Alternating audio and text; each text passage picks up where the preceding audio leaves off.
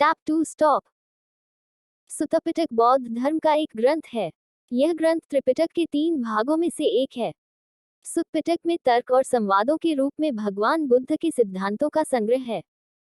इनमें गद्य संवाद हैं, मुक्तक छंद हैं तथा छोटी छोटी प्राचीन कहानियां हैं।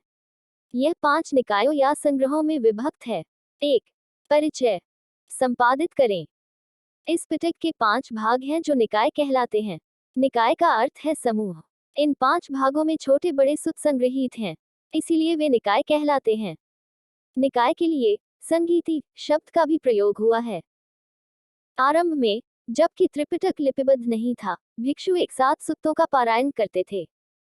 तदनुसार उनके 5 संग्रह संगीति कहलाने लगे। बाद में निकाय शब्द का अधिक प्रचलन हुआ और संगीति शब्द का बहुत कम। कई सुत्तों का एक वर्ग होता है।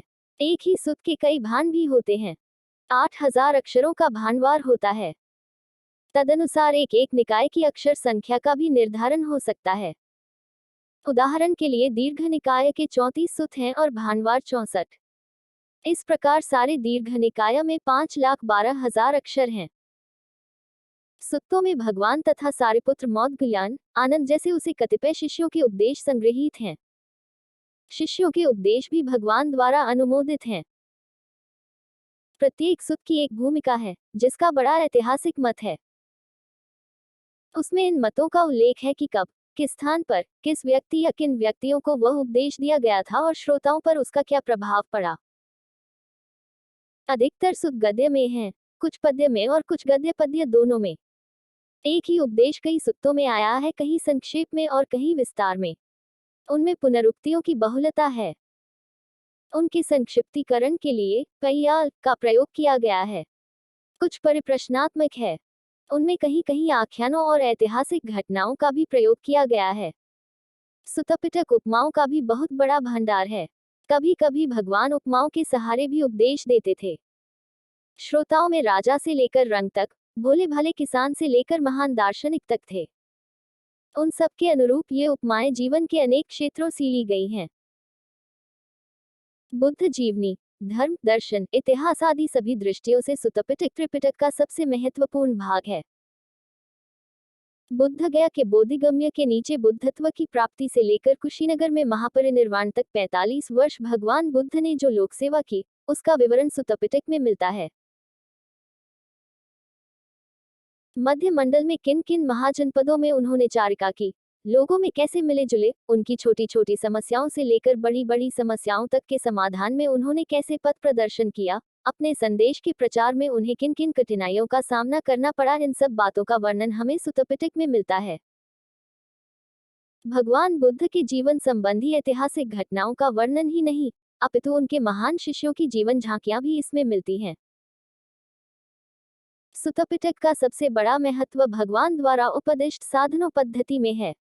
वह शील, समाधि और प्रज्ञा रूपी 3 शिक्षाओं में निहित है। श्रोताओं में बुद्धि, नैतिक और आध्यात्मिक विकास की दृष्टि से अनेक स्तरों के लोग थे। उन सभी के अनुरूप अनेक प्रकार से उन्होंने आर्य मार्ग का उपदेश दिया था, जिसमें पंचशील से लेकर 10 पारमिताएं तक शामिल हैं। मुख्य धर्म पर्याय इस प्रकार हैं: 4 आर्य सत्य, अष्टांगिक मार्ग, 7 बोध्यान, 4 सम्यक प्रधान, 5 इंद्रिय, प्रतीत्य समुत्पाद, स्कंधायतन धातु रूपी संस्कृत धर्म, नित्य दख अनात्म रूपी संस्कृत लक्षण। इनमें भी 37 क्षीय धर्म ही भगवान के उपदेशों का सार है। इसका संकेत उन्होंने महापरिनिर्वाण सुत्त में लिखा है। यदि हम भगवान के महत्वपूर्ण उपदेशों की दृष्टि से सुत्तों का विश्लेषणात्मक अध्ययन करें तो हमें उनमें घुमा फिराकर यही धर्म पर्याय मिलेंगे। अंतर इतना ही है कि कहीं ये संक्षेप में है और कहीं विस्तार में है। उदाहरणार्थ, सुत्त निकाय के प्रारंभिक सुत्तों में 4 सत्यों का उल्लेख मात्र मिलता है। धम्मचक्कपवत्तन सुत्त में विस्तृत विवरण मिलता है और महासतिपठान में इनकी विशद व्याख्या भी मिलती है। सुत्तों की मुख्य विषय वस्तु तथागत का धर्म और दर्शन ही है, लेकिन प्रकारांतर से और विषयों पर भी प्रकाश पड़ता है। जटिल, परिव्राजक, आजीवक और निगंट जैसे जो अन्य श्रमण और ब्राह्मण संप्रदाय उस समय प्रचलित थे, उनके मतवादों का भी वर्णन सुत्तों में आया है। वे संख्या में 62 बताए गए हैं। यज्ञ और जातिवाद पर भी कई सुत्तंत हैं। भारत मगध, कौशल, वज्जी जैसे कई राज्यों में विभाजित था। उनमें कहीं राजसत्तात्मक शासन था तो कहीं गणतंत्रात्मक राज्य। उनका आपस का संबंध कैसा था, शासन प्रशासन कार्य कैसे होते थे, इन बातों का भी उल्लेख कहीं कहीं मिलता है। साधारण लोगों की अवस्था, उनकी रहन सहन, आचार विचार, भोजन छादन, उद्योग धंधा, शिक्षा दीक्षा, कला कौशल, ज्ञान विज्ञान, मनोरंजन, खेलकूद आदि बातों का भी वर्णन आया है। ग्राम, निगम, राजधानी, जनपद, नदी, पर्वत, वन, तड़ाग, मार्ग, ऋतु आदि भौगोलिक बातों की भी चर्चा कम नहीं है। इस प्रकार हम देखते हैं कि सुतपिटक का महत्व न केवल धर्म और दर्शन की दृष्टि से है, अपितु बुद्धकालीन भारत की राजनीतिक, सामाजिक और भौगोलिक स्थिति की दृष्टि से भी है। इन सुत्तों में उपलब्ध सामग्री का अध्ययन करके विद्वानों ने निबंध लिखकर अनेक पहलुओं पर प्रकाश डाला है।